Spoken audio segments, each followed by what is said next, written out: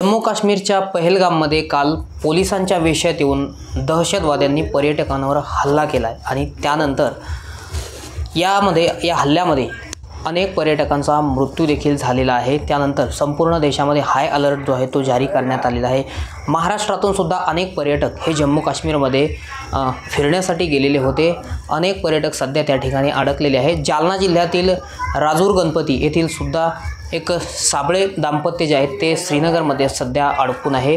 ज्या ठिकाणी हा अतिरेकी हल्ला झाला होता त्याच ठिकाणापासून अगदी 5 किलोमीटर अंतरावरती हे दाम्पत्य होतं आणि आपण जर बघितलं तर त्यांच्या कुटुंबापर्यंत आता त्यांच्या घरी सध्या मी पोहोचलेलो आहे। त्यांचं हे संपूर्ण कुटुंब आहे। या साईडला त्यांची आई आहे, त्यांचे वडील आणि ह्या त्यांच्या बहीण आहे। सध्या जरी ते सुखरूप असले तरी यांचा संपूर्ण जीव जो आहे तो त्यांच्यामध्ये अडकलेला आपल्याला पाहायला मिळतोय। सध्या चिंताग्रस्त अवस्थेत ते सध्या आता पाहायला मिळत आहेत। स्वतः आपण त्यांच्याशी संवाद साधूया। नेमकं तुमचं त्यांच्याशी काय बोलणं झालं आहे मला सांगा। तुम्ही त्यांचे वडील आहात, काय तुमचं त्यांच्याशी पहिल्यांदा बोलणं झालेलं आहे? पहिल्यांदा आम्ही टी व्हीवर बातमी बघितली की या पहलगामला मोठा हल्ला झाला आणि अतिरेक्यांनी खूप मोठा हल्ला करून बरेच पर्यटक त्यात मारले गेले। म्हणून मी लगेच मुलाला फोन केल्यानंतर त्याला विचारलं। त्यांनी सांगितलं जो हल्ला झाला त्याच्यापासून 5 किलोमीटर आम्ही अलीकडच्या बाजूला आहे व आम्ही सुखरूप आहे, काही काळजी करू नका। आणि आम्ही तिथं थांबलो। तिथं ज्या हॉटेलला थांबलो तिथून आम्हाला बरेच घोडे आणि लेडीज जेंट्स असे आम्हाला येताना दिसले। म्हणून आम्ही त्यांना विचारलं की तुम्ही काय झालं? मग त्यांनी सांगितलं असा हल्ला झाला आणि बरेच त्या लोकांना त्यांनी गोळीबार केला, अतिरेक्यांनी गोळीबार केला अशी माहिती मिळाली। म्हणून ते तिथं थांबून होते। आज ते श्रीनगरला आलेले आहे आणि श्रीनगरला सुखरूप आहेत।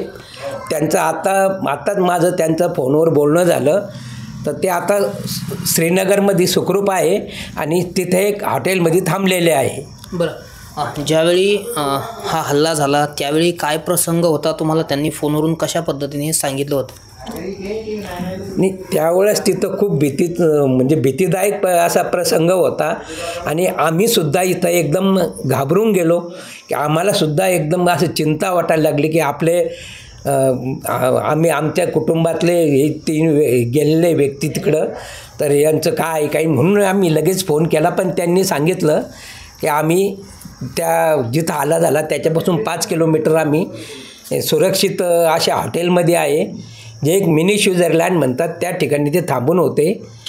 त्यामुळं त्यांनी सांगितलं काही काळजी करू नका, आम्ही सुखरूप आहोत। बरं, किती दिवसापासून ते जम्मू काश्मीरला गेले होते? ते 21 ते 26 हा त्यांचा विनावट टूर्सद्वारे त्यांचा तिकडचा एक टूर होता। तर आता ते 21 तारखेपासून 21, 22, 23 आणि अजून 3 दिवस असं त्यांचा टूर आहे।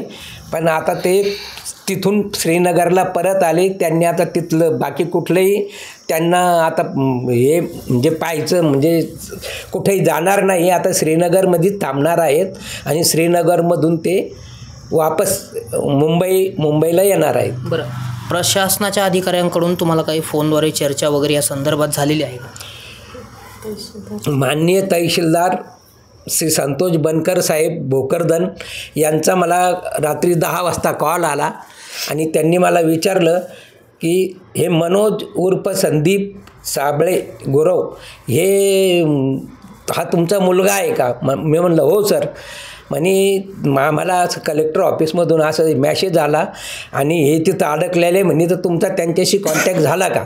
मी सांगितलं हो सर, ते कॉन्टॅक्ट झाला आणि ते सुखरूप आहेत। त्यांनी सांगितलं काही काळजी करू नका, म्हणून मी त्यांच्यासोबत बोलणं झालं आणि ते सुखरूप आहेत असं मी तहसीलदार साहेबांना सांगितलं। बरं, आपल्यासोबत मनोज साबळे यांच्या आईसुद्धा आहेत, त्यासुद्धा आता चिंताग्रस्त अवस्थेत बसलेल्या आहेत। जरी ते सुखरूप असले तरी आता त्यांच्या डोळ्यावरती आपल्याला चिंता जी आहे ती दिसून येत आहे। काय सांगाल? नुकताच तुमचं व्हिडिओ कॉलवर त्यांच्याशी बोलणं झालेलं आहे, काय संवाद झाला? चिंता लागतेच ना, आता रात्रभर झोप नाही, चिंता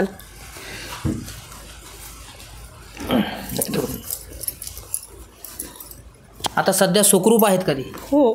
बरं. तुमचं प्रशासनाच्या अधिकाऱ्यांसोबत काही बोलणं झालं आहे का?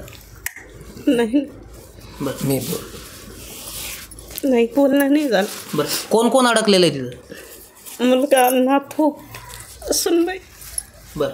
आपण जर बघितलं तर त्यांच्या आईंना अश्रू अनावर आपल्या या ठिकाणी झालेले आहेत. तर त्यांचा मुलगा, त्यांच्या सोनबाई आणि त्यांचा एक छोटा नातू जो आहे तो जम्मू काश्मीरमध्ये सध्या अडकलेला आहे. त्यांचा संपूर्ण जीव जो आहे त्यांच्या आता या मुलामध्ये अडकलेला आहे. मात्र ते सुखरूप असल्याचं सुद्धा आत्ताच त्यांनी नुकतंच व्हिडिओ कॉलद्वारे आपल्याला कळवलेलं आहे.